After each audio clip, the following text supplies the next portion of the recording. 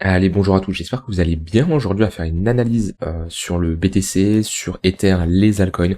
On a pas mal de choses à dire, on parlera de la clôture monthly, on a des clôtures qui sont pas incroyables et on verra si on peut aller plus bas, c'est quoi les niveaux où on va vraiment se mettre d'un point de vue investisseur et d'un point de vue trader, et on verra également sur du court terme si on a des opportunités pour se positionner, tout simplement. Je vais commencer par la clôture monthly sur le BTC. C'est une clôture qui est pas très jolie honnêtement. Il y a de quoi passer bearish avec une clôture monthly comme ça en dessous des 60 000 $. On voit qu'on avait ici un gros niveau, à peu près vers les 60 500, 61 000 $. On est en monthly, on n'est pas au dollar près, mais pour la première fois ici, on fait un creux plus bas que le précédent, donc on a une pattern de retournement. Alors, on n'a pas encore notre clôture monthly, elle arrive dans une journée là, à 9h et 8h. Donc on peut bien sûr ravaler et clôturer au-dessus, mais c'est un premier signal qu'il faut prendre en compte, c'est que potentiellement on est sur un top de marché. Alors quand on a comme ça, et je dis qu'on est potentiellement sur un top de marché, c'est pas je prends tout mon portefeuille, je vends tout, je me mets en full USDT, mais ça peut être un signal pour réduire son exposition au marché, pourquoi pas prendre des profits. Alors ça dépend, il y a des altcoins qui sont déjà sur des all-time low, mais là je m'adresse surtout à Bitcoin, Ether, ce genre de crypto, notamment BTC. On peut être sur un signal qui nous dit ok, peut-être réduire un peu son exposition sur le BTC, quitte à rentrer plus tard si on a une réintégration, mais ce genre de pattern, méfiance, on peut pourquoi pas avoir un retracement et revenir chercher le niveau des 43-44 000 $. Donc je vais pas être un permabère en vous disant ça y est, c'est la fin, on va aller plus bas, mais faut voir ce qu'on a sous les yeux, d'accord? Et voilà, les patterns de retournement type structure de top en M, c'est quelque chose que je trade et que j'utilise. Il faut pas se voiler la face quand on en a une, et ça va être le cas ici en monthly. Alors après, ça dépend si vous prenez les clôtures de bougie ou non. Si on a clôture de bougie, il faudrait passer en dessous de ce niveau-là pour la valider. Enfin, si on prend les mèches plutôt, bon, là je parlais des clôtures de bougie, ça va dépendre de chacun, il y a plusieurs écoles, mais c'est un premier signal qui n'est pas incroyable sur le BTC. Donc après on verra début septembre, retour de la volatilité ou non, si on a plus d'opportunités sur du trading, parce que j'ai pas eu énormément d'opportunités comme juillet et août. Alors sur l'intraday un peu, mais je fais un mois d'août quand même assez intéressant, je fais du plus 4,5%, ce mois-ci plus 4,5%, et depuis le début de l'année je suis à un plus 14, plus 15% sur mon capital de trading. Si je peux terminer l'année au-dessus de plus 25%, c'est une bonne année. L'année dernière j'avais fait plus 26%, et 2022 j'avais fait de très bonnes performances, des performances qui sont dures à reproduire sur le long terme. Alors là peut-être certains vont se dire quoi, t'as fait plus 26% l'année dernière, c'est tout en une année. Alors voilà, je veux poser les bases comme je dis. On n'a pas tous la même vision du trading, et surtout je pense qu'il y en a beaucoup qui ont été, j'en avais parlé il y a 2-3 jours, qui ont été formatés par certaines personnes qui vont vous promettre de doubler votre capital chaque mois. Vous vous rendez compte, doubler votre capital chaque mois, vous vous rendez compte ce que ça veut dire? Faites le calcul, vous voyez au bout de 3, 4, 5 ans le capital que vous avez, vous vous rendez compte que c'est impossible, d'accord? Et faire des plus 30, plus 40% par mois, ce n'est pas possible. C'est pas parce que vous le faites un mois, d'accord? J'ai déjà fait du plus 15, plus 20% sur mon capital de trading en un mois, mais faire plus 20% par mois, chaque mois, c'est-à-dire que vous commencez votre année, janvier vous faites plus 20%, février vous, etc., c'est impossible. Et vous prenez les meilleurs traders, par exemple, Jim Simmons, qui est un excellent trader, il faisait de mémoire du 66%. Si je marque 66%, je dois peut-être l'avoir, voilà, il faisait du 66% annuel en moyenne sur plusieurs années. C'était l'un des meilleurs traders. Et 66%, voilà, après, il gère pas les mêmes fonds, d'accord, il gère des milliards et des milliards de dollars, mais voilà, 66 annual returns. Il faisait du 66% annuel, qui est une performance énorme, d'accord. Dites-vous, la plupart des gens, ils comparent leur performance de trading avec la performance du S&P. À partir du moment où le S&P, il fait du plus 8, plus 9% moyen chaque année, si un trader fait du plus 13, 14, il réalise une bonne année vu qu'il surperforme le S&P. Donc ne vous dites pas que vous devez faire du plus 30, plus 40% chaque mois. Je vous le dis, si vous faites du plus 20, plus 30% annuel, c'est une bonne performance. Ce qui compte, c'est être constant. D'accord. Donc voilà, pour le moment, moi j'ai une année qui est plutôt correcte en trading, même si j'ai eu des mois compliqués. Actuellement, je suis à peu près à plus 15%. Donc on verra comment on finit l'année. Dans tous les cas, je vous tiendrai au courant. Voilà, ça c'est la petite parenthèse sur moi et mes performances. J'ai d'ailleurs qu'un trade qui est toujours en cours, que je le compte pas actuellement dans mes résultats, mais si je le perds ici, je prendrai moins 1% sur mon capital. Donc c'est un trade qui est toujours en cours. On verra comment il évolue et peut-être il y a de grandes chances qu'il se clôture au mois de septembre, sauf si on va chercher ce creux-là dans les prochaines heures. Voilà, donc ça c'était un peu le brief, on va dire, de cette clôture Monthly. Maintenant sur du plus court terme, hop, sur BTC, comme on a revu, on est repassé en dessous des 60 000 $. On voit que là, la clôture daily, elle est pas incroyable. C'est-à-dire qu'on a eu une poussée hier, on a eu une bonne poussée, mais on a eu un rejet sur ce niveau de résistance. On voit bien que voilà, la clôture daily, vraiment pas terrible. Tentative de break, c'est là l'importance aussi d'attendre les clôtures pour jouer les réintégrations. Faut pas être sur du 5 minutes et se dire ah bah ça y est, on a réintégré, parce que non, faut prendre vraiment l'unité de temps supérieure, l'unité de temps qu'on regarde nos graphiques, qui nous permettent de constater si on a une réintégration. C'est pas du 5 minutes, c'est pas du 15 minutes, d'accord? Ça va être du daily, du 4 heures, 4 heures pourquoi pas, et dans tous les cas, même là, on n'avait pas notre réintégration. Donc compliqué, voilà. Et on voit que clôture daily, tentative de break par le haut, mèche, rejet vendeuse, c'est pas terrible. Donc tant qu'on évolue en dessous de ce niveau-là, compliqué de chercher des achats, ok. Moi j'avais joué un achat sur le pullback sur ce niveau de support. Soit on a une réintégration et dans ce cas-là, oui, on peut chercher des achats. Sinon, pour le moment, la meilleure chose à faire, c'est de patienter. Ça sert à rien de s'exposer au marché alors qu'on n'a pas des signaux qui sont encourageants, qu'on n'a pas des patterns de retournement ou un retour acheteur. Comment on voit que les acheteurs ne sont pas présents. Donc pour moi, la meilleure chose à faire, là je parle plutôt sur du swing voire trading long terme, c'est de patienter, soit se positionner si on a une grosse phase de capitulation, comme on a eu ici. En fait, c'est le genre de phase, si vous vous positionnez bien, si vous avez voilà le mindset, après faut aussi avoir, il y a beaucoup de psychologie, parce que quand c'est acheter un peu un couteau qui tombe, mais ça peut des fois offrir des opportunités. Si vous positionnez, je vais pas prendre le bottom exact, mais même si on prend la clôture, vous voyez, on peut jouer un rebond assez intéressant, que ce soit sur BTC ou sur les altcoins. Donc je pense que vaut mieux attendre soit une phase de capitulation comme ça, soit plus bas, ou ça peut être même une grosse phase au niveau des 44 000 $, soit attendre une pattern de retournement et une réaction acheteuse pour jouer au moins la dynamique. Là on voit qu'on a des acheteurs qui contrôlent le prix, qui ont le contrôle tout simplement, avec un bon flux acheteur, ce qui n'est absolument pas le cas ici. Je reviens sur du long terme juste pour en parler quand même. On avait ce niveau des 52 000 $ qui avait fait office de support. Si on doit aller plus bas, la prochaine zone elle est ici. C'est cette zone-là. On reviendrait au moment où on a eu le déploiement et le listing des ETF. Mais ouais, c'est le prochain niveau de support, et si on y va, on veut une réaction, parce que si on commence à s'affranchir en dessous de ce niveau-là, on peut s'attendre à les 6-12 prochains mois, on va dire, sur le BTC, à ne pas spécialement faire de nouvelles ATH. Déjà, le fait de résoudre ce range par le bas, on est quand même sur un range de 6 mois. Comme je dis, ça peut être des patterns de top qui nous provoquent une grosse phase de latéralisation ou un gros bottom pour rebreak ce nouvel ATH, parce que là on a quand même pas mal de volumes qui ont été échangés, on a des acheteurs qui ont la tête sous l'eau, des acheteurs qui ont la tête sous l'eau. Si on revient, ça peut être une bonne zone pour eux pour clôturer leur position, et un acheteur qui clôture sa position, c'est une vente. Donc vous voyez, le marché il est compliqué. Ici, au niveau de votre prise de décision, respectez votre plan que vous êtes fixé de base, mais tout est un curseur d'exposition, que ce soit votre exposition quand vous tradez ou quand vous investissez, et faut pas avoir peur de prendre des profits si vous avez des signaux qui vous disent que méfiance, le marché est potentiellement en train de se retourner. En tout cas là, la clôture Monthly, on ne peut pas l'ignorer. Alors je sais qu'il y en a qui préféraient que je dise oui, on va aller à 100 000, 120 000 $, 150 000 $. Pour moi, c'est des niveaux qu'on va aller chercher, d'accord? Je suis convaincu que un jour, Bitcoin ira chercher les 100 000 $. Si c'est pas en 2024 ou début 2025, peut-être ça sera en 2026. BTC, elle est bullish sur le long terme. On peut pas dire que, quand on regarde une charte comme ça, on se met en logarithmique, finalement c'est insignifiant ce qui nous fait actuellement, d'accord? Bitcoin est bullish sur le long terme, mais on peut avoir des phases potentiellement de retracement où pendant quelques mois on retrace, on revient chercher 44 000 $, admettons on a un gros crack pour X raison, on peut revenir chercher les 30 000 $, oui, sur les altcoins ça ferait mal, mais c'est des scénarios qui sont toujours à envisager.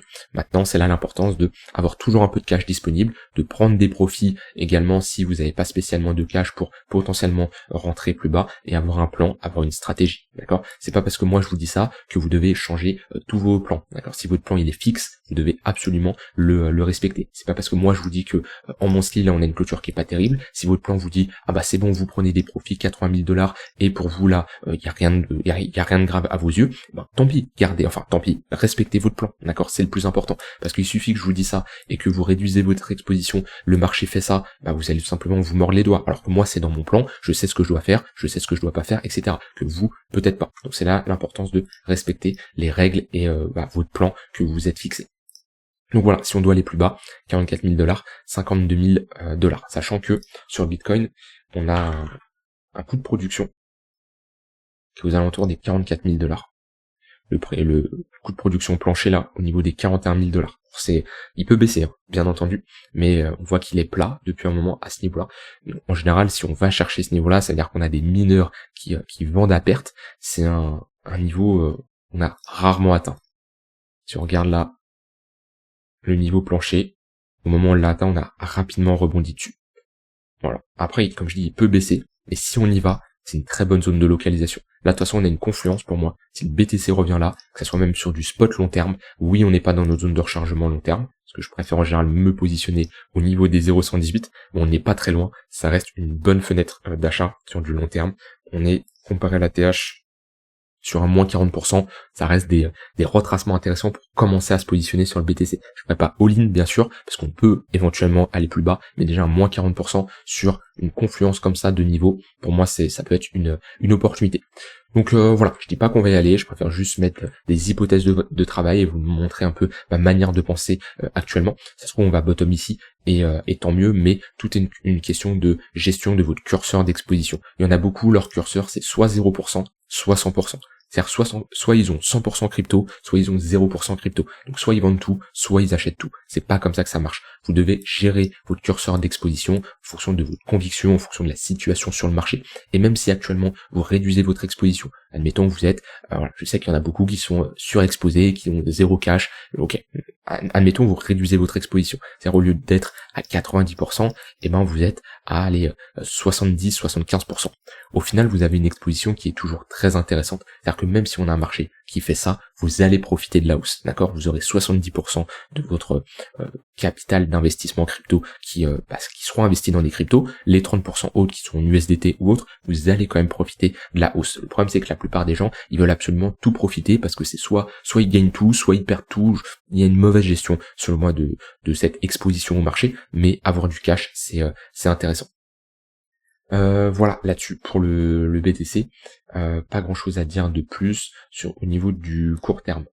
Comme je vous l'avais dit, ces moyennes mobiles orientées à la baisse, c'était des opportunités pour short. On est revenu chercher ici le tunnel 1 heure, on voit qu'on a bien rejeté, on est repassé sous le tunnel 15 minutes, le tunnel 15 minutes qui a fait office de résistance. On voit qu'on avait ici une bonne confluence, point pivot weekly, tunnel 15 minutes et point pivot daily. C'était une bonne zone pour chercher des shorts selon moi, et actuellement bon, on n'est pas dans une bonne zone pour chercher des shorts, hein. Même on serait plutôt dans une bonne zone là, sur un bad range pour chercher des achats. Si je mets un volume profile, voilà, on voit que on est en dessous de notre value area low, sur l'extrémité basse, on est dans une bonne zone pour chercher des achats, pour prendre des profits sur le POC, sur le milieu de range, voire ceux qui veulent chercher l'extrémité haute, la value area high aux alentours des 59 800 $, avec une zone d'invalidation. Si on repasse en dessous de ce niveau-là, si on commence à s'affranchir des 57 500, 57 800 $, on invalide. Mais là, très bonne zone pour ceux qui trade le range, pour se positionner, d'accord, avec, comme je dis, TP, POC ou Odredge. Donc si je simule un trade, après, c'est à vous de gérer votre exécution et vos conditions pour rentrer au timing près, d'accord, mais admettons on rentre à peu près dans cette zone-là, ça vous fait un trade, globalement, une prise de profit peut-être partielle vers le POC et une prise de profit vers la value area high. Après bien sûr il y a le trade management, la gestion de trade, etc. Mais on va être plutôt dans là, pour moi c'est une bêtise, j'ai envie de dire, de short. Quelqu'un qui short ici, peut-être ça va break, tant mieux, mais sur du long terme, c'est comme un peu acheter à l'intérieur d'une zone de résistance ici. Donc voilà, sur le BTC, on est toujours dans cette dynamique baissière, même si on est sur un niveau de support. Soit on fait un peu de contre-tendance / range, et du coup on se positionne sur ce bad range pour viser le POC ou le haut range, soit on attend un retracement, ou un break et un retracement plus tard, dans les moyennes mobiles, 5 minutes, 15 minutes, pour viser la continuation de tendance à la baisse. Ça c'est pour, du coup, BTC. Au niveau d'Ether. Ether, on a avait vu qu'on avait flip ce niveau de support en résistance, on voit qu'on l'a réintégré et directement on a fait un ravalement baissier. Donc tant qu'on se situe en dessous des 2540 là sur du court moyen terme, compliqué de chercher des achats. Par contre, si on commence à parvenir à réintégrer ce niveau-là, on peut chercher des achats pour viser les 2830 $. Avec bien sûr, il y a un gros TP à faire à ce niveau-là, vu que c'est un gros niveau de résistance. Donc c'est vraiment ce qui est à surveiller selon moi. Maintenant, pareil, on est sur un niveau de support, on est sur un bad range, donc on va plutôt chercher des achats, mais on a un momentum qui est bien bearish pour le moment, donc compliqué. C'est un peu faire de la contre-tendance, surtout que Ether a vraiment ses moyennes mobiles orientées à la baisse, le 4 heures en dessous du daily, le 1 heure sous le 4 heures, le 15 minutes sous le 1 heure. Donc là, pareil, continuation de tendance, c'est beaucoup plus intéressant de chercher des shorts selon moi. Sur du long terme, Ether est déjà revenu chercher un niveau intéressant. Ce niveau-là, là, entre les 2100, 2000, 2300, 400 $. C'est un premier niveau de support. Si on doit aller plus bas sur Ether, je vous ai montré les targets sur BTC, je vous les montre sur Ether. On a ce niveau-là, au niveau des 1900 $. Ça serait bien de ne pas le réintégrer en monthly. Pour moi, il y a très peu de chances qu'on clôture en dessous de ce niveau-là, parce que c'est notre phase d'accumulation, c'est notre pattern de retournement. Par contre, voilà, à l'intérieur, en daily, weekly, on peut avoir une mèche rapide. Ça c'est possible. Et si vraiment on devrait aller encore plus bas, on a cette zone-là, vers les 1550 $. Alors je veux pas faire le mec bearish dans cette vidéo, absolument pas. Je veux juste vous préparer au niveau où si on doit baisser, quels sont les niveaux pertinents. Notre but, c'est de se positionner sur des gros niveaux de support weekly, voire monthly. D'accord? Donc je veux toujours être prêt. Voilà, c'est comme ça, c'est ma manière d'être. Je veux toujours être prêt à voir les différentes zones. Et voilà, Ether, on l'avait vu, les 2100 $, c'était une bonne zone parce qu'on avait nos 0,78 de Fibonacci, ce niveau de support, et on voit qu'on a parfaitement méché dessus. Est-ce que à ce niveau-là, je me suis dit, Ether va aller chercher les 2100 $? Non, mais c'est des hypothèses qu'il faut prendre en compte quand on commence à break les moyennes mobiles, à avoir un affaiblissement. Et ok, je passe pas bearish sur Ether. Pour moi, Ether sur du long terme ira faire un nouvel ATH et ira aller beaucoup plus haut. Mais voilà, on est dans une phase actuellement, on est dans une dynamique qui est baissière avec des sommets de plus en plus bas. Et ça, faut pas le nier, d'accord? Donc, pour moi, les replis sous les 2200, 2100 $, c'est des bonnes zones d'achat sur du long terme. Et plus précisément, si on va chercher les 1900 et les 1550 $. Les 2100, c'est également un niveau intéressant. Voilà au niveau de BTC et Ether. Sur les altcoins, on a des altcoins qui prennent assez cher quand même sur cette semaine. Voilà, on n'a pas des altcoins qui sont dans le vert, même sur le monthly. Là, on a un PEP qui prend un moins 50%, on a un Ether qui fait une clôture à moins 32%. Donc ouais, on a une clôture monthly globale sur les altcoins qui n'est pas incroyable. Si je vais regarder juste PEP, comment elle est la clôture monthly. Ouais, on est sur une clôture monthly qui commence à être moche. Hein. Alors le problème, c'est qu'il n'y a pas assez de structure de prix sur PEP pour vraiment se dire, voilà, ici oui, on est sur un niveau de support, on est revenu chercher cette précédente zone, on a range ici, si je me mets en daily, là, on a une phase de latéralisation, mais ouais, on a des retracements assez importants quand même. Que ça soit sur PEP, sur les altcoins, de manière générale, il n'y a pas trop d'altcoins qui se démarquent. On a TRX sur le mois qui fait quand même une bonne perf, Monero, XMR, bon, en général, c'est pas une altcoin qui performe, que ça soit d'un côté ou d'un autre côté. Donc qu'est-ce que j'ai envie de vous dire actuellement? Patientez et du cash quand même qui peut être prêt à être déployé et gérer ce curseur d'exposition. Comme dit ici, si vous êtes investi à 100%, si vous êtes 100% crypto, j'ai envie de dire c'est une erreur. Après ça peut être votre stratégie et je peux le comprendre. Quelqu'un qui se dit ok, à quel moment ça peut être une stratégie intéressante? Quelqu'un qui se dit, bon moi j'accumule BTC et Ether, je suis 100% crypto tout le temps, je peux hold, je peux me taper, j'accepte avec mon profil de prendre des moins 70% et j'ai une vision 3, 5, 10 ans. Ok, pas de souci. Voilà, dès qu'il reçoit sa paye, dès qu'il a du cash, il met en BTC et Ether, il est patient, il accepte la volatilité à moins 70%, voilà. Ça, c'est son profil, là-dessus, il n'y a pas de souci. Mais quelqu'un qui cherche à faire du profit, et plutôt sur des horizons de temps, 6 mois, 1 an, 2 ans, il doit un peu plus gérer ce curseur d'exposition pour profiter de potentielles baisses pour racheter potentiellement plus bas.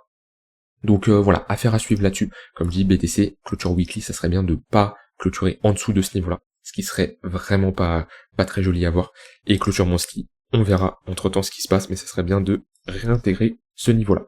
Comme je dis, je suis pas bearish, je préfère juste m'adapter à ce que je vois en face de moi. Et mon but, c'est pas d'être dans le déni à me voiler la face et me dire, ah bah non, ça y est, BTC, non, tout est bien et tout, c'est sûr, 100 000 $. Et c'est là où je peux pas me désexposer à 100%, c'est-à-dire je peux pas me dire oh bah je vends tous mes cryptos, ça y est, c'est sûr à 100% on va à 44 000 $, mais réduire ce curseur d'exposition peut être intéressant de mon côté. Donc rien d'autre à ajouter, et c'est là aussi l'importance de pouvoir trader. Alors même si oui, il y a des trades qui se passent pas bien, c'est le cas de celui-là, et ben quand on a des phases comme ça de baisse, ce qui a été le cas pendant tout ce bear market, ici un investisseur, il ne fait rien. Il ne fait rien, d'accord. Alors, il commence à potentiellement se positionner en tant qu'acheteur, qu'on revient à des niveaux intéressants à ce niveau-là, mais pendant toute cette baisse, il ne peut rien faire. Il peut pas profiter du marché et il voit son capital fondre. Quand on trade, l'avantage c'est on peut se positionner en tant que vendeur, en tant qu'acheteur, en ouvrant des shorts, en ouvrant des longues, peu importe. Et même dans un marché qui est baissier, on peut performer. Et comme je dis, depuis début 2024, je fais un plus 15% à peu près sur mon capital de trading, que le marché soit en hausse, que le marché soit en baisse ou pas, je peux trader et je peux performer. C'est là l'avantage du trading avec l'investissement. Par contre voilà, je vous le dis, vous n'allez pas faire x10 sur votre capital de trading. C'est possible, mais quelqu'un qui fait x10 en général sur son capital de trading, il y a de grandes chances que il a des mois, il crame son capital, il fait un moins 100%. Parce que si vous prenez énormément de risques, ça va d'un côté, mais ça va également dans l'autre. Moi j'ai une très bonne gestion de mon risque. Je sais que il y a très peu de chances, et très peu de chances d'avoir un moins 50%, moins 60% sur mon capital de trading, parce que voilà, stratégie de drawdown, stratégie de gestion de risque, etc., etc. Je vais pas rentrer dans les détails, ce qui fait que peut-être que je ne vais pas faire comme certains des x2 par an sur leur capital, mais je vais éviter d'avoir des moins 30, moins 40% de mon côté. Et comme je dis, si quand je vous les ai dit au début que j'étais à plus 15% sur le début de l'année, j'avais fait plus 26% en 2023, vous êtes dit ah ouais c'est une performance mauvaise. Si vous faites plus, tant mieux. Maintenant, renseignez-vous. Peut-être vous avez pas assez d'expérience, ou comme je dis, vous avez été mal formé, mais attention en général aux croyances un peu trop extrêmes. Vous, comme je dis, ce n'est pas possible de faire plus 30% chaque mois pendant des mois. Un mois, oui, c'est possible. Tous les mois, non, ce n'est pas possible. Je m'arrête là-dessus. Si ça vous intéresse d'échanger, n'hésitez pas à rejoindre le Discord ou à commenter en commentaire. Ça me ferait un plaisir de vous lire. Je vous souhaite une très bonne fin de journée et je vous dis à demain. Bye bye.